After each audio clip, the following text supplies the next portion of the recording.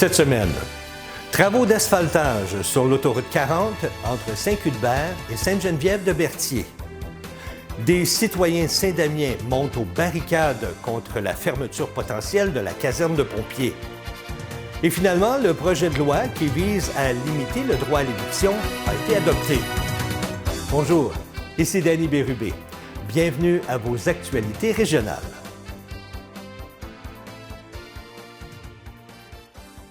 Bonjour à vous, j'espère que vous allez bien. Bienvenue à votre bulletin de la semaine du 10 juin 2024. Des travaux d'asphaltage s'amorceront sur l'autoroute 40 entre les municipalités de Saint-Cuthbert et de Sainte-Geneviève-de-Berthier, ainsi que dans les sorties pour les routes 158 et 138.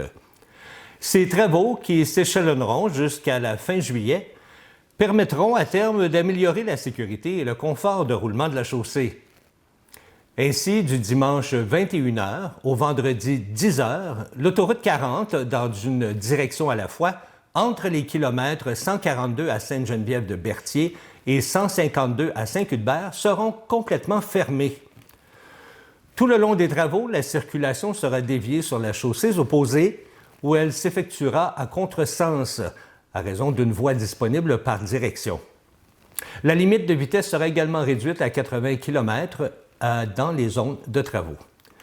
Également, les sorties 151 et 144 seront complètement fermées, dépendamment de la direction des travaux. Des épisodes de congestion sont à prévoir principalement aux heures de pointe. Les citoyens de Saint-Damien se mobilisent pour s'opposer à la fermeture potentielle de la caserne de pompiers de Saint-Damien. Le tout a commencé le 7 mai dernier, lorsque les pompiers volontaires du service de sécurité incendie de Saint-Damien ont appris la nouvelle que la caserne pourrait fermer ses portes, et ce, notamment en raison de la fin du partenariat avec la municipalité de Saint-Émilie de l'Énergie. Ce partenariat permettait de partager des ressources humaines et matérielles pour la sécurité incendie des deux municipalités. Une nouvelle qui a été confirmée le 21 mai par le conseil municipal. La fin de cette association est prévue pour le 24 juin 2024. La sortie de cette information peu rassurante a poussé plusieurs Damiennois à exprimer leur contentement et leur inquiétude face à l'avenir des services de sécurité incendie. L'indignation a monté d'un cran après que deux pompiers qui ont partagé cette information dite confidentielle ont été suspendus pour une durée indéterminée. La municipalité a répliqué le 9 mai en publiant un communiqué condamnant des propos qualifiés de diffamatoires et qui ont été émis sans fondement vérifiable, tout en déclarant vouloir rassurer la population. Eh bien, c'est face à l'attitude autoritaire ainsi qu'à la mauvaise communication de l'équipe du maire que le collectif a décidé de poser des actions concrètes, en plus de rédiger une lettre ouverte comprenant plusieurs demandes. Une pétition signée par 800 personnes a aussi été remise à la municipalité en prévision de la séance du Conseil du 21 mai. Malheureusement, suite à cette séance, les citoyens ont eu le sentiment que la municipalité restait opaque dans ce dossier. Alors, une demande pour une autre tenue d'une séance d'information a été faite par plusieurs citoyens et exige de la Ville plus de transparence dans ce dossier, car la sécurité incendie est un enjeu qui préoccupe une vaste majorité de résidents et de villégiateurs de Saint-Damien. Deux hommes dans la vingtaine ont été blessés sérieusement dans un accident sur la route 125 à Rawdon, mardi de la semaine dernière.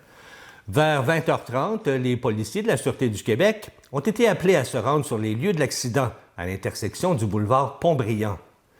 Selon la porte-parole, Mme Camille Savoie, le conducteur d'une berline circulant en direction nord est entré en collision avec une camionnette qui s'engageait vers le sud à partir du boulevard. Les deux passagers à bord de la berline, un homme de 25 ans ainsi que son passager, aussi dans la vingtaine, ont subi des blessures sérieuses, mais qui ne mettent pas leur vie en danger. Ils ont été transportés en centre hospitalier. Quant au conducteur de la camionnette, un homme de 24 ans, il a subi des blessures mineures. Il semblerait que la vitesse pourrait être en cause dans cette collision.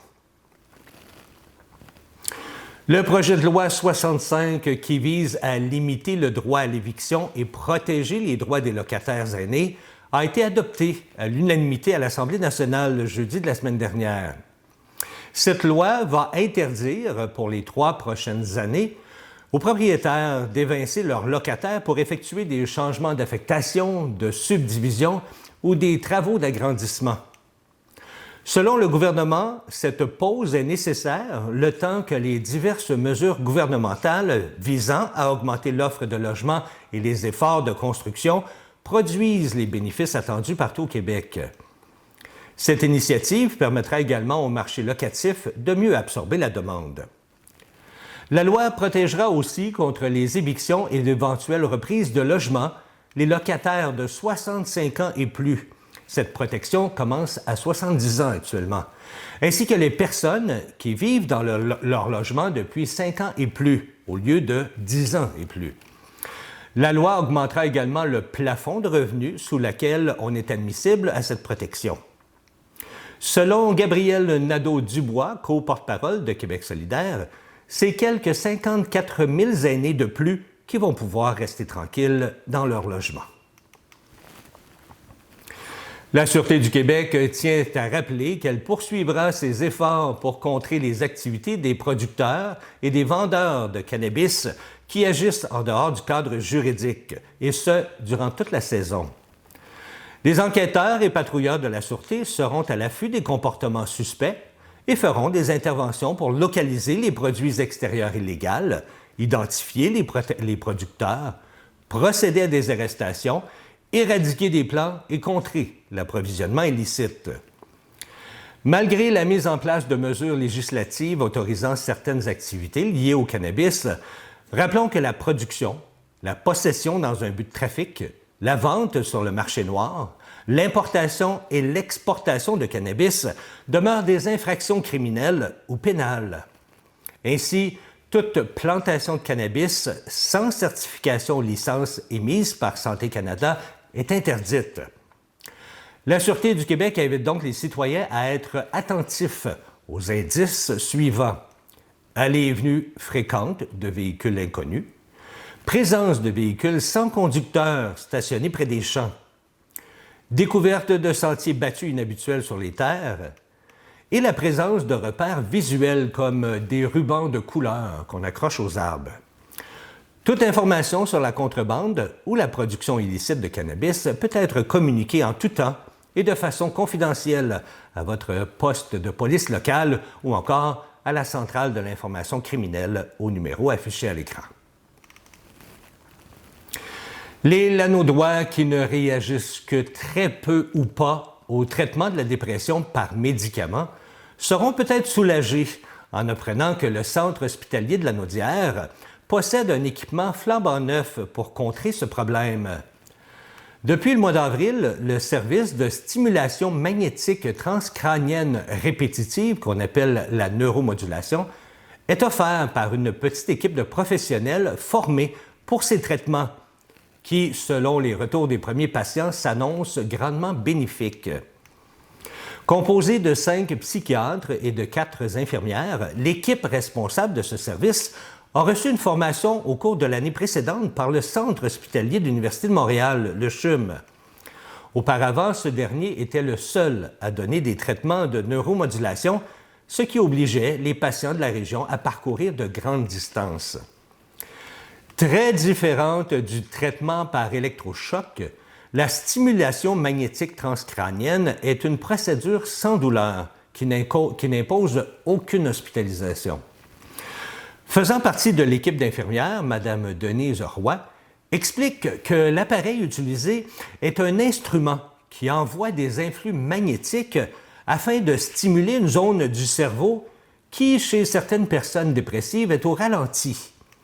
Le but est donc de stimuler la production de neurotransmetteurs qui sont impliqués dans l'équilibre des humeurs et des émotions, tout ça par l'entremise d'un casque adapté à la tête de l'usager.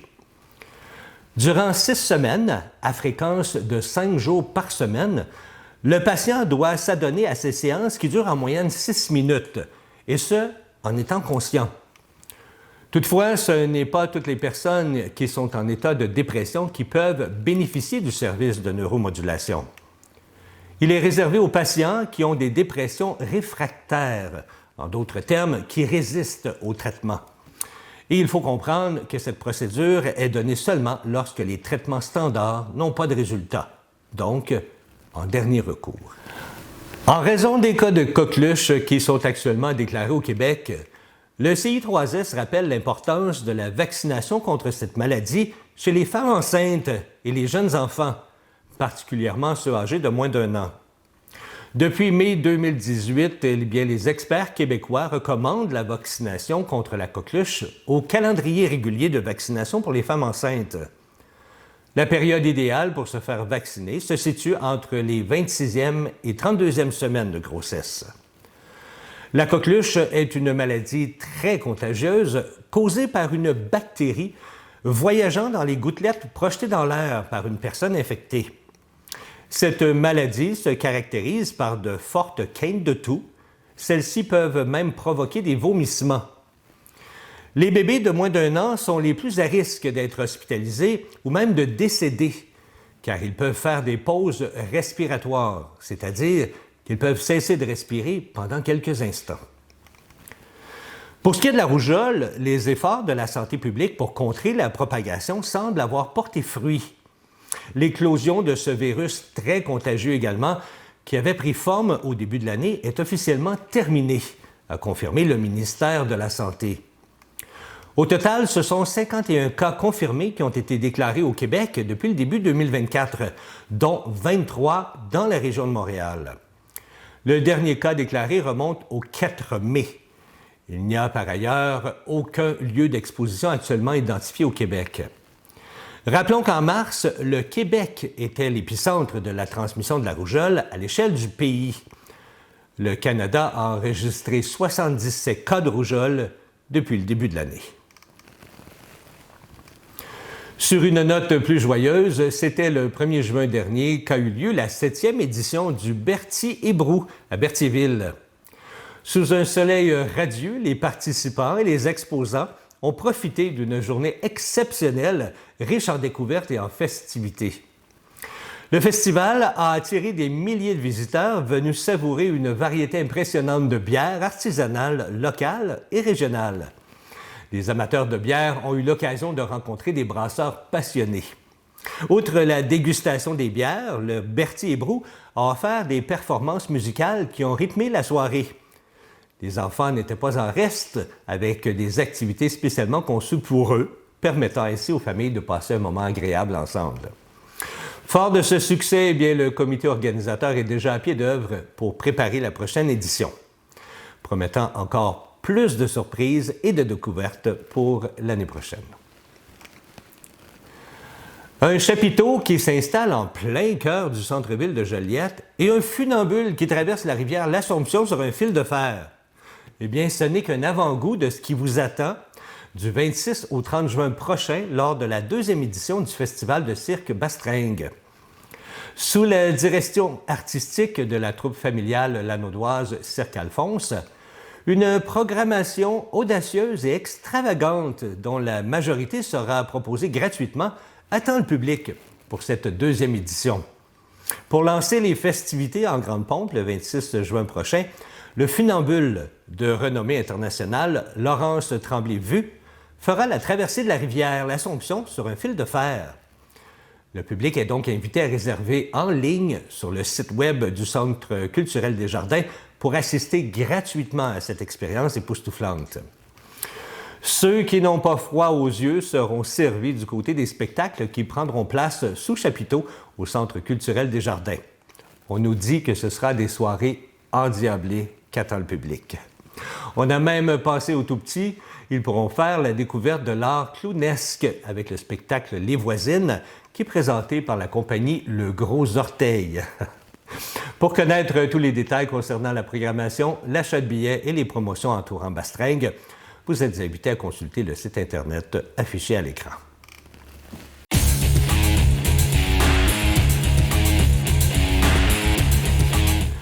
Les athlètes du club de boxe Brandon se sont illustrés lors du championnat international Québec Open 2024 qui a eu lieu à Québec du 31 mai au 2 juin.